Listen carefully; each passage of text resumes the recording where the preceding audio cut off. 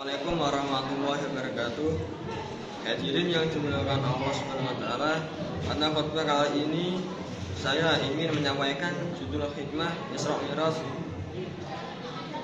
adalah peristiwa luar biasa dan tidak masuk akal diamannya, yaitu Allah Subhanahu wa taala memanggil dan memperjalankan serta memberikan keistimewaan kepada Nabi Muhammad SAW untuk melakukan perjalanan dari Masjidil Haram Mekah menuju Masjidil Aqsa Palestina.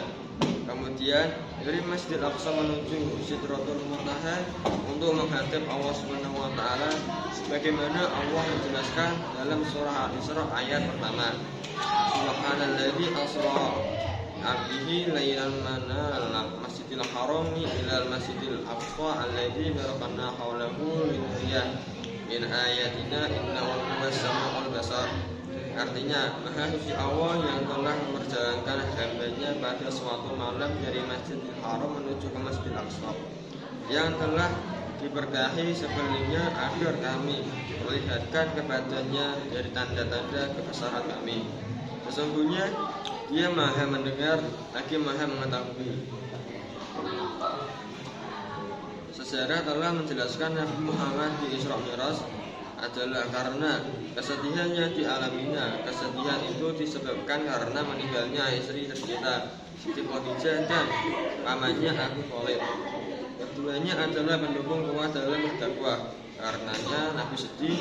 Ada banyak peristiwa yang dialami oleh Nabi dalam perjalanan Mi'rajnya, yang kesemuanya itu merupakan tasmil kehidupan supaya dapat dipahami dan dijadikan pelajaran dan pijakan dalam mengaruhi kehidupan agar mendapatkan keselamatan dan kebahagiaan. Di antara tasmil itu diantaranya adalah Nabi Muhammad SAW melihat orang memotong padi alias panen. Terus menerus Nabi Muhammad bertanya kepada Jibril, siapa mereka itu? Jibril menjawab, mereka itu ibarat orang-orang gemar beramal ceria yang kemudian mereka memetik pahalanya dari Allah Subhanahu wa taala. Nabi juga melihat orang-orang yang terus-menerus memukul kepalanya. Nabi Muhammad bertanya, siapa mereka itu ya Jibril? Dijawab, mereka itu ibarat orang-orang enggan melaksanakan sholat yang kelak akan menyesal dengan memukuli kepalanya sendiri terus-menerus sekalipun terasa sakit olehnya. Nabi Muhammad juga melihat sebuah kuburan yang sangat harum baunya. Nabi bertanya, apakah itu ya Jibril? Dijawab, itu kuburan Mas Mitah dan anaknya. Ia mati disiksa oleh Raja Fir'aun karena mempertahankan imannya kepada Allah Subhanahu wa taala sewaktu dipaksa supaya menyembah berhala. Dari sejarah Isra Mi'raj dan peristiwa yang melatar belakangi serta nilai-nilai yang terkandung di dalamnya, ada beberapa hikmah yang dapat dijadikan pelajaran serta penguatan keimanan umat Islam. Jadi yang saya sampaikan awal demikian khutbah yang singkat kami, semoga bisa lebih memahami tentang Isra Mi'raj sehingga bisa menjadi hamba Allah yang terbaik yang pantas mendapatkan ridhonya. Semoga Allah memudahkan dan memberi kekuatan serta semangat kepada kita untuk bisa memaksimalkan ibadah Rajab dan nilai-nilainya, sehingga kita pantas mendapatkan posisi yang tinggi di mata Allah dan mendapatkan ampunan dan rahmatnya di dunia dan akhirat. Amin. Demikian khutbah dari saya. Assalamualaikum warahmatullahi wabarakatuh. Antaranya adalah pertama, menghilangkan kesedihan Nabi.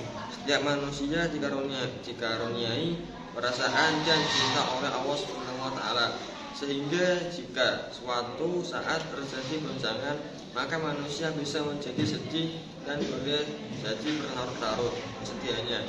Sebelum Nabi Muhammad diisra mi'rajkan oleh Allah, Nabi mengalami kesedihan yang luar biasa atas meninggalnya istri tercinta dan paman yang sangat sayang kepadanya. Keduanya menjadi penopang yang kuat dalam berdakwah. Kedua, pentingnya ibadah sholat. Allah memberikan perintah langsung kepada Nabi Muhammad SAW untuk menerima tugas sholat lima waktu. Jadi sholat merupakan hal penting dalam peristiwa Isra Mi'raj Nabi Muhammad SAW. Ketiga, ujian keimanan bagi umat Islam. Pada zaman Nabi Muhammad SAW, kendaraannya bagus kecepatannya itu adalah kuda dan belum ada kendaraan yang bisa membawa penumpang dalam waktu yang cepat dan singkat ke udara, apalagi menembus langit, karena peristiwa Isra Mi'raj adalah suatu yang dianggap masyarakat adalah suatu yang ganjil dan mustahil. Sebab itu Nabi dianggap pembohong ataupun orang gila. Keempat, terhindarnya sikap keluh kesah, bahwa pada dasarnya manusia memiliki sifat keluh kesah dalam kehidupannya, terutama ketika mendapati musibah atau kondisi kekurangan. Karenanya manusia sering menunjukkan keresahan, kegelisahan, serta memperlihatkan sifat pikirnya. Terlihat jelas sikap itu tidak kondisi kekurangan atau musibah yang dialami. Kelima, karena stimulan berkembangnya ilmu pengetahuan. Perjalanan Isra Mi'raj Nabi di Yaman merupakan sesuatu yang tidak mudah diterima akal. Di sisi lain, umat Islam diharuskan percaya terhadap peristiwa Isra Mi'raj.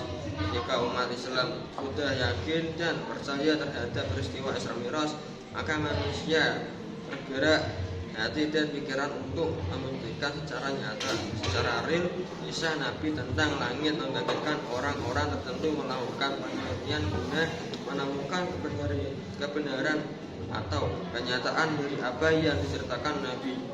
Dari sini bahwa Isra Mi'raj merupakan peristiwa dapat menstimulan ilmuwan untuk mengkaji dan membuktikan kebenaran cerita Nabi.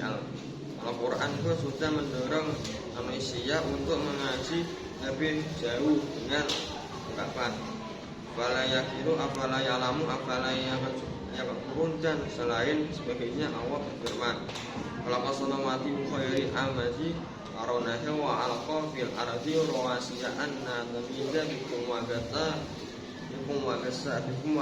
fiha min kulli ladab wa anjalna minas sama'i ma'an Wa'ambatna fiha min kulli zawjin karim. Dia menciptakan langit tanpa tiang sebagaimana kamu melihatnya, dan dia meletakkan gunung-gunung di permukaan bumi agar ia tidak menggoyangkan kamu, dan mengembangbiakkan segala macam jenis makhluk bergerak dan yang bernyawa di bumi. Dan kami turunkan air hujan dari langit, lalu kami tumbuhkan padanya segala macam-macam tumbuhan yang baik. Hadirin yang saya muliakan Allah, demikian khutbah singkat ini, semoga bisa lebih memahami tentang Isra Mi'raj sehingga bisa menjadi